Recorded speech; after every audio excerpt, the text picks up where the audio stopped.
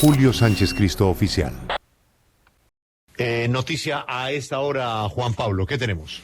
Bueno, Julio, pues sigue la W sigue indagando sobre la situación que se está presentando al interior de RTBC y los manejos poco equilibrados que se estaría viendo en algunos de sus espacios informativos.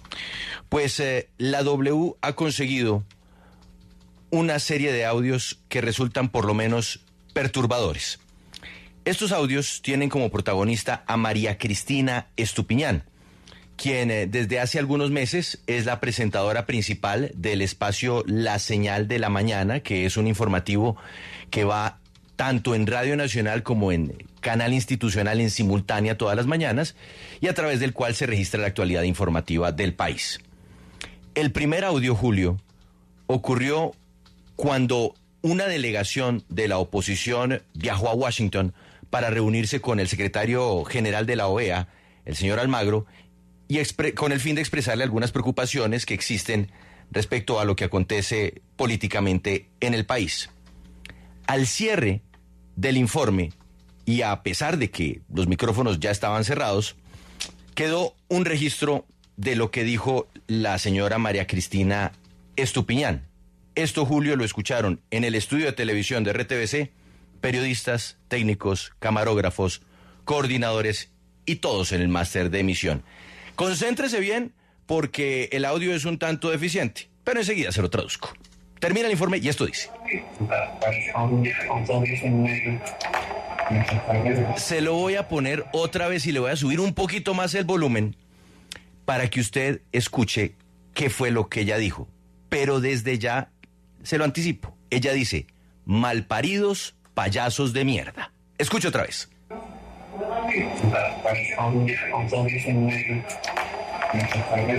Aparentemente no es la primera vez que la señora Estupiñán se refiere de esa forma a la oposición política en el país. De hecho, hace algunos días, también en conversación con una persona que pertenece a un partido político que no es del gobierno, un concejal de Bogotá llamado Óscar Ramírez, pues lanzó la siguiente expresión que también quedó registrada en los estudios de RTBC.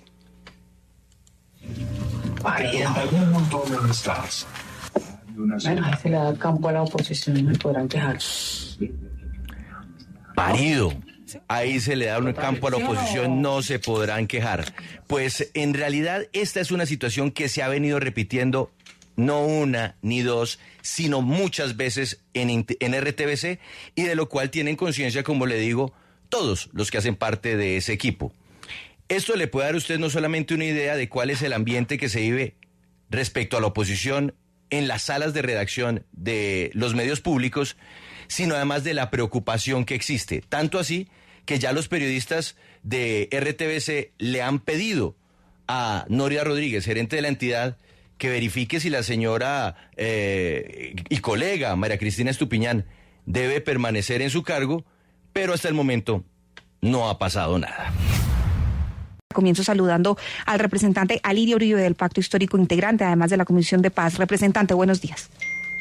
Sí, buenos días. Un saludo para ti, un saludo para la mesa, para la audiencia.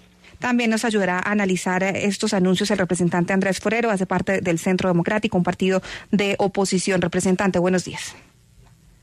Marcela, muy buenos días. Un saludo para ti, para el representante Alirio y para todos los oyentes. Bueno, representante Uribe, este es el momento para hacer ese tipo de acuerdos. ¿Por qué darles a integrantes de las disidencias de las FARC ese estatus y sentarlos con ministerios y otras entidades cuando todavía no han dejado las armas? Bueno, Marcela, mira, lo primero que hay que decir es que dentro del marco de la política de paz total, el gobierno nacional decidió tener una mesa de negociaciones que ya el día de ayer terminó el cuarto ciclo entre el gobierno nacional y las autodenominadas disidencias, el EBC-FARC. Ellos están en un cese al fuego que está prorrogado ahorita hasta el 15 de junio, y en el marco de ese cese al fuego, pues hay unos acercamientos y hay unos diálogos. En estos diálogos que se surtieron en San Vicente del Caguán, pues han llegado ayer a unos acuerdos, unas conclusiones, entre las cuales están varios puntos. primero un protocolo de comunicaciones para afianzar el cese al fuego, precisamente para evitar que se produzcan enfrentamientos entre estas guerrillas y el Estado colombiano, con un mecanismo de comunicaciones que permita, evitar o prevenir rupturas del cese al fuego. También un componente de pedagogía, porque el país no conoce, y las preguntas tienen que ver con eso, el país no conoce cuáles son los acuerdos que se han firmado y cuál es el carácter de esta negociación con una concepción de paz territorial. También un protocolo para comunicaciones públicas, lo que ellos llaman un plan de actividades para transformaciones territoriales, donde ya se ha pactado en la zona del Quimbo, del Cauca, en una zona del Cauca, en una zona también. Pero, representante, todos esos puntos son muy importantes, pero por favor vayamos a el asunto de las reuniones con funcionarios de entidades, de ministerios, porque eso es lo que genera gran preocupación. ¿Por qué sentar a unos señores que están en armas con funcionarios de unos ministerios? ¿De qué tienen que hablar ellos con estos funcionarios del gobierno cuando hay una mesa donde se deben dar esas discusiones? Lo que se está pretendiendo no es que se sienten personas armadas con ministerios y gobiernos. Hay unas organizaciones sociales que viven en esos territorios, que viven en esas regiones. Nosotros lo que hemos sostenido es que el gobierno no solamente debe hablar con los actores armados, sino que debe hablar con las personas que padecen el conflicto, que viven en esas zonas, que no son actores armados y que tienen problemáticas por resolver. Por eso es que se ha previsto ese tipo de diálogos para ir mirando salidas y soluciones dentro de las mismas políticas del Plan Nacional de Desarrollo que tienen que ver con la paz total. El Plan Nacional de Desarrollo tiene una cantidad de programas precisamente para darle salidas a los problemas que hay en los territorios. Entonces no es incompatible lo que se está hablando en la mesa con los contenidos del Plan Nacional de Desarrollo y con las demandas sociales que tienen las comunidades en los territorios. Sí, ahora saludamos al representante Andrés Forero. Representante Forero, ¿cómo ve usted estas reuniones que se plantean ya en estos acuerdos de lo que, a pesar de que el representante Uribe dice que no sería con integrantes pues de este grupo armado, pues los acuerdos son específicamente claros en eso y se habla de reuniones de la mesa de diálogos de paz que incluye a las dos delegaciones? ¿Cómo ve usted estas reuniones con ministerios y otras entidades? La verdad nos parece bastante desconcertante y sobre todo pues porque se habla de un supuesto cese al fuego que las disidencias de las FARC, como ha sucedido en el caso también con la mesa con el ELN, han incumplido de manera permanente. Hay que recordar que solamente hace una semana las disidencias estaban atacando una base militar en el Caquetá. Vimos cómo en el caso de Tibú estaban entregándole kits a los niños, cómo en el caso del Cauca atacaron a una patrulla militar y cómo atacaron también a una patrulla, a una ruta escolar, y obviamente con eso pues lo que vemos es que no tiene una voluntad real de paz. Entonces el gobierno, en lugar de exigirles un cumplimiento real de ese cese al fuego, pues vemos que le está dando cada vez más y más espacio, le está dando más y más legitimidad a este tipo de grupos armados sin que veamos resultados ciertos. Yo recuerdo que el canciller hoy suspendido, el señor Álvaro Leiva, hablaba de que en el caso de paz el gobierno tenía que actuar como, él decía, como los que hacen buenas partituras de jazz, es decir, improvisando. Y lamentablemente esa improvisación le está saliendo hoy muy cara a los colombianos y vemos que el gobierno está un poco siendo víctima y está presa de esa improvisación, y ante las dificultades que está teniendo está cediendo más y más terreno a los grupos armados ilegales, y en este caso vemos este despropósito que va a sentar a los ministros con señores que siguen en armas. Sí, representante Uribe, a propósito de lo que estaba diciendo el representante Forero, para nadie es un secreto que las disidencias han incumplido. De hecho, además de lo que él mencionó, pues la semana pasada también protagonizaron una azonada en el departamento de Nariño y sacaron a los integrantes del ejército usando a la comunidad. Entonces, yo sí quiero volver. ¿Esto no sería antes darle más cabida a que hagan este tipo de cosas con la comunidad, sentarlos a hablar con ellos de todo el tema de la economía, de las vías, etcétera?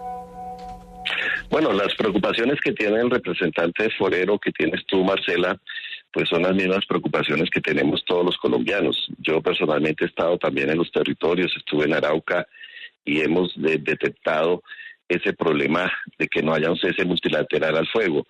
A veces no hay enfrentamientos con la fuerza pública, pero sí hay afectaciones a la población civil.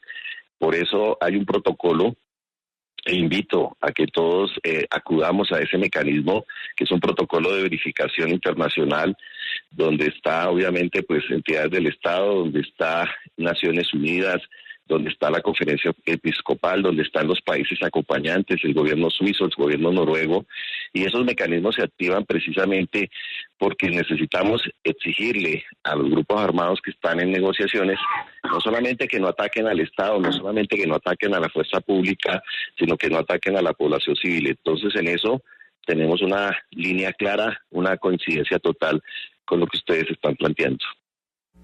Representante Andrés Forero, otro de los acuerdos a los que se llegó en este ciclo de conversaciones fue el compromiso de las disidencias de Iván Mordisco de no transitar armados o uniformados por las cabeceras municipales. ¿Usted quedaría tranquilo con esto o cree que de alguna manera quedó faltando el hecho de que no transiten por las cabeceras municipales y no se utilice esto para que pudiesen andar como población civil?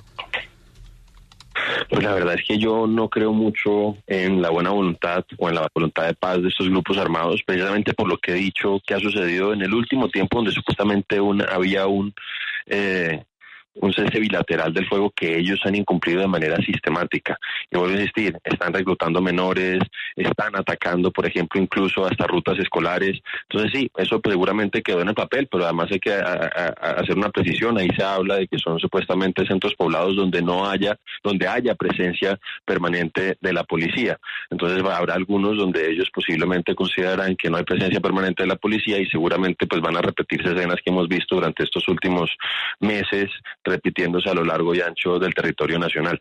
Y una cosa que lo decía el representante Uribe, y es importante aclarar, aquí no hay un cese multilateral, por decirlo así que eventualmente este grupo armado puede seguir en cierta manera teniendo confrontaciones permanentes con el ELN, con el Clan del Golfo, y obviamente la población civil va a quedar en medio. Veíamos lo que sucedió, por ejemplo, hace unos días en Arauca, y de hecho una cosa que me llamó mucho la atención, que hablaban de que supuestamente estos grupos armados ilegales tenían un derecho a la legítima defensa. Yo creo que eso es un despropósito, y vuelvo a insistir, aquí se están viendo los resultados de la improvisación que tiene el gobierno a la hora de manejar su agenda de paz y de seguridad, y quienes pagan las consecuencias de esa improvisación son los colombianos.